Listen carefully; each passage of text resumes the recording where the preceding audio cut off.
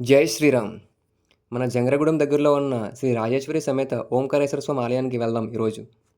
మన గోకుల తిరుగు పాదయాత్ర దాటిన తర్వాత ఫ్రంట్‌కి వస్తే అక్కడ ఉంటదన్నమాట ఈ టెంపుల్. గుహలో ఉండే శివాలయం అని చెప్పంటే చాలామందికి ఈజీగా అర్థమైపోతుందన్నమాట. మన లోకల్‌లో చాలామందికి. మన పాదయాత్రకి గిరి ప్రదక్షిణ చేసినప్పుడు కూడా ఈ ఆలయం చూడొచ్చన్నమాట. మనకు కావాలంటే మెట్లు కూడా ఉంటాయి కిందకి దిగడానికి కూడా. ఇది స్వయంభూ శివాలయం. శ్రీ రాజేశ్వరి సమేత ఓంకారేశ్వర స్వామి ఆలయం అన్నమాట ఇది.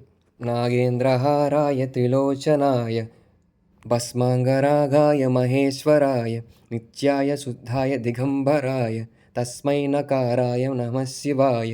ఈ స్తోత్రం చాలామంది తెలుసుమాట. ఈ స్తోత్రం ఒక అర్థమే నాకు తెలిసిన ఈ శివాలయం. రుద్రంలో అంటారు అన్నీ ఆయనే అని చెప్పి, అన్నీ ఆ శివుడే అని చెప్పి. అన్నీ అయినప్పుడు మనకి ఆయనకి ఏమి ఇవ్వగలుగుతాం? అలాగే ఇక్కడ ఎప్పుడు కూడా నాగులు స్వామివారిని దర్శనం చేసుకుంటూ ఉంటాయన్నమాట.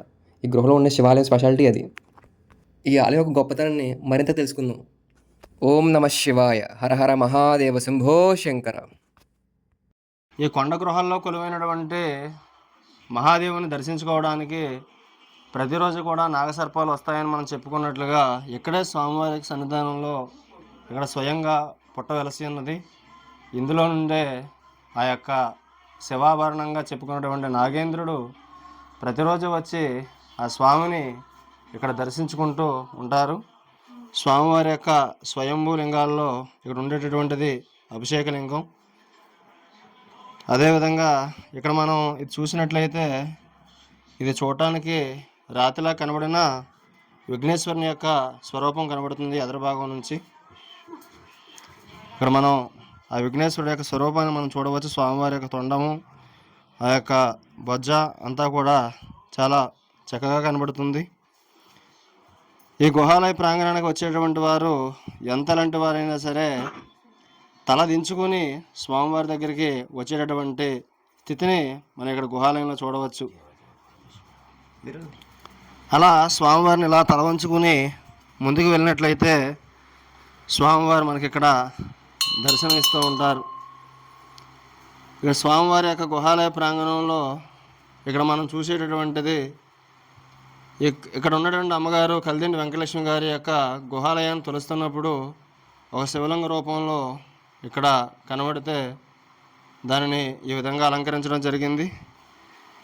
ఇక్కడ స్వామివారు గుహాలయాన్ని అమ్మగారి వచ్చి ఇక్కడ తొలిచేటప్పుడు స్వామివారు కనబడకపోతే మళ్ళీ స్వామివారిని తిరిగి ప్రార్థించడం ద్వారా స్వామివారు ఇక్కడ ఉన్నారని చెప్పేసి వారు సాక్షాత్కరించడం.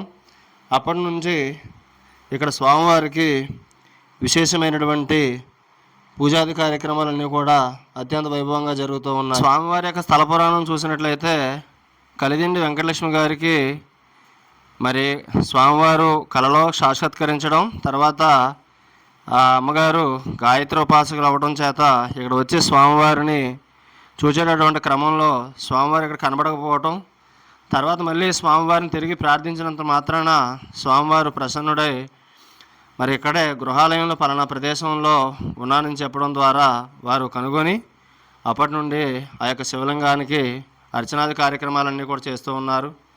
ఆ క్రమంలో తమిళనాడుకు చెందినటువంటి కుర్తాల పీఠాధిపతి శ్రీ శ్రీ శ్రీ సిద్ధేశ్వరానంద భారతీ స్వాముల వారు ఇక్కడ విచ్చేసి ఈయన రాజరాజేశ్వరి సమేత ఓంకారేశ్వరుడు అని చెప్పేసి ఆ యొక్క గురువులు చెప్పడం, అప్పటి నుండి ఈ యొక్క స్వామివారి ఇక్కడ రాజరాజేశ్వరి సమేతుడైనటువంటి ఓంకారేశ్వరుడిగా భక్తులతో అనేక పూజలు అందుకుంటూ ఉన్నారు.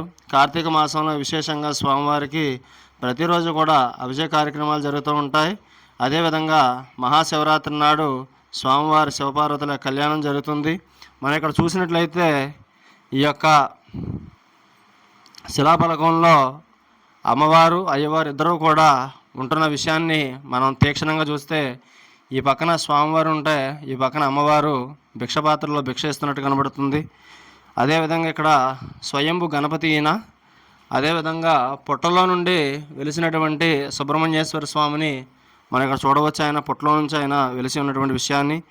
అదేవిధంగా 365 రోజులు కూడా స్వామివారి యొక్క పాదాల దగ్గర గంగ ఎప్పుడూ కూడా చెంతనే ఉంటుంది. ఇక్కడ స్వామివారిని కోరిన కోరికలు తీర్చేటటువంటి కొంగు బంగారంగా చెప్పుకునేటటువంటి స్వయంభూ శ్రీ రాజరాజేశ్వరి సమేత ఓంకారేశ్వరుడుగా స్వామివారి ఇక్కడ కీర్తి గడిస్తూ ఉన్నారు.